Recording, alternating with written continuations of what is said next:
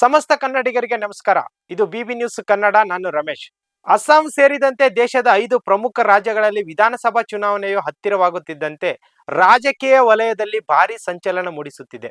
ವಿಧಾನಸಭಾ ಚುನಾವಣೆಗೆ ಬಿಜೆಪಿ, ಕಾಂಗ್ರೆಸ್ ಹಾಗೂ ಪ್ರಾದೇಶಿಕ ಪಕ್ಷಗಳು ಭರ್ಜರಿ ಸಿದ್ಧತೆ ನಡೆಸುತ್ತಿರುವ ಬೆನ್ನಲ್ಲೆಯಲ್ಲಿ ಅಸ್ಸಾಂ ಬಿಜೆಪಿ ಘಟಕವು ಭಾರಿ ವಿವಾದವೊಂದನ್ನು ಮೈಮೇಲೆ ಎಳೆದುಕೊಂಡಿದೆ. ಶನಿವಾರ ಸೋಷಿಯಲ್ ಮೀಡಿಯಾದಲ್ಲಿ ಹಂಚಿಕೊಂಡಿರುವ ದ್ವೇಷಪೂರಿತ ಆಡಿಯೋವೊಂದು ಈಗ ದೇಶಾದ್ಯಂತ ಆಕ್ರೋಶಕ್ಕೆ ಕಾರಣವಾಗಿದೆ. ರಾಜಕೀಯ ಸಮರಕ್ಕೆ ನಾಂದಿ ಹಾಡಿದೆ. ಅಸ್ಸಾಂ ಬಿಜೆಪಿ ಘಟಕವು ಸೋಷಿಯಲ್ ಮೀಡಿಯಾ ಎಕ್ಸ್ನಲ್ಲಿ ಪಾಯಿಂಟ್ ಬ್ಲಾಕ್ ರೇಂಜ್ ಎಂಬ ಶೀರ್ಷಿಕೆಯಡಿ ಎಐ ರಚಿತ ವಿಡಿಯೋವೊಂದನ್ನು ಪೋಸ್ಟ್ ಮಾಡಿತ್ತು.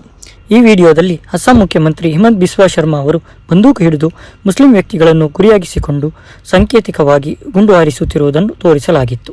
ಅಲ್ಪಸಂಖ್ಯಾತರನ್ನು ನೇರವಾಗಿ ಗುರಿಯಾಗಿಸಿಕೊಂಡ ಈ ವಿಡಿಯೋ ವ್ಯಾಪಕ ಟೀಕೆಗೆ ಗುರಿಯಾಗುತ್ತಿದ್ದಂತೆ ಬಿಜೆಪಿ ಘಟಕವು ಅದನ್ನು ಡಿಲೀಟ್ ಮಾಡಿದೆ.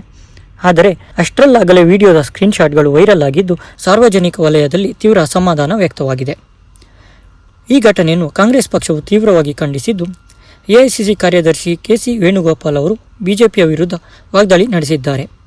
ಬಿಜೆಪಿ ಅಧಿಕೃತ ಖಾತೆಯು ಅಲ್ಪಸಂಖ್ಯಾತರ ಹತ್ಯೆಯನ್ನು ವೈಭವೀಕರಿಸುವ ವಿಡಿಯೋ ಹಂಚಿಕೊಂಡಿರುವುದು ನರಮೇಧಕ್ಕೆ ಕರೆ ನೀಡುವಂತಿದೆ. ಇದು ಈ ಫ್ಯಾಸಿಸ್ಟ್ ಆಡಳಿತದ ದಶಕಗಳ ಕನಸಾಗಿದೆ ಎಂದು ಅವರು ಕಿಡಿಕಾರಿದ್ದಾರೆ. ಪ್ರಧಾನಿ ನರೇಂದ್ರ ಮೋದಿ ಅವರು ಈ ಬಗ್ಗೆ ಕ್ರಮ ಕೈಗೊಳ್ಳುವ ಭರವಸೆ ಇಲ್ಲದಿದ್ದರೂ ನ್ಯಾಯಾಂಗವು ಮಧ್ಯಪ್ರವೇಶಿಸಿ ಕಠಿಣ ಕ್ರಮ ಜರುಗಿಸಬೇಕು ಎಂದು ಅವರು ಆಗ್ರಹಿಸಿದ್ದಾರೆ. ಕಾಂಗ್ರೆಸ್ ವಕ್ತಾರೆ ಸುಪ್ರಿಯಾ ಶ್ರೀನೇತ್ರ ಅವರು ಕೂಡ ಈ ವಿಚಾರವಾಗಿ ಗುಡುಗಿದ್ದು, ವಿಡಿಯೋ ಡಿಲೀಟ್ ಮಾಡುವುದರಿಂದ ಸತ್ಯ ಮುಚ್ಚಿಡಲು ಸಾಧ್ಯವಿಲ್ಲ ಎಂದು ಹೇಳಿದ್ದಾರೆ. ಸಾಮೂಹಿಕ ಹತ್ಯೆಗೆ ಉತ್ತೇಜನ ನೀಡುವ ಇಂತಹ ಮನಸ್ಥಿತಿಯೇ ಬಿಜೆಪಿಯ ನಿಜವಾದ ಮುಖ. ದೇಶದಲ್ಲಿ ಹರಡುತ್ತಿರುವ ಈ ವಿಷ ಮತ್ತು ಹಿಂಸೆಗೆ ಪ್ರಧಾನಿಗಳೇ ಹೊಣೆಗಾರರು ಎಂದು ಅವರು ಆರೋಪಿಸಿದ್ದಾರೆ. ನ್ಯಾಯಾಲಯಗಳು ಮತ್ತು ತನಿಖಾ ಸಂಸ್ಥೆಗಳು ಇಂತಹ ಗಂಭೀರ ವಿಷಯಗಳ ಬಗ್ಗೆ ಯಾಕೆ ಮೌನವಾಗಿವೆ ಎಂಬುದು ಅವರು ಪ್ರಶ್ನಿಸಿದ್ದಾರೆ. ಅಸ್ಸಾಂ ಬಗ್ಗೆ ಯಾಕೆ ಮೌನವಾಗಿದೆ ಎಂದು ಅವರು ಪ್ರಶ್ನಿಸಿದ್ದಾರೆ.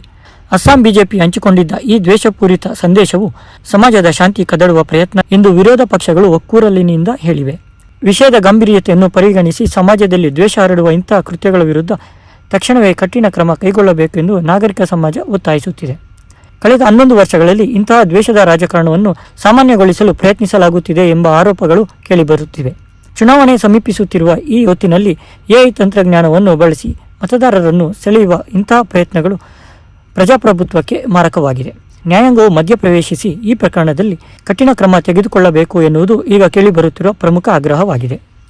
ಇದಾಗಿತ್ತು ಈ ಹೊತ್ತಿನ ಸುದ್ದಿ. ಕರ್ನಾಟಕ ಸಮಗ್ರ ಸುದ್ದಿಗಳಿಗಾಗಿ ಸದಾ ಗಮನಿಸಿ ಬಿಬಿ ನ್ಯೂಸ್ ಕನ್ನಡ. ಇದು ಕನ್ನಡಿಗರ ಪ್ರತಿಧ್ವನಿ.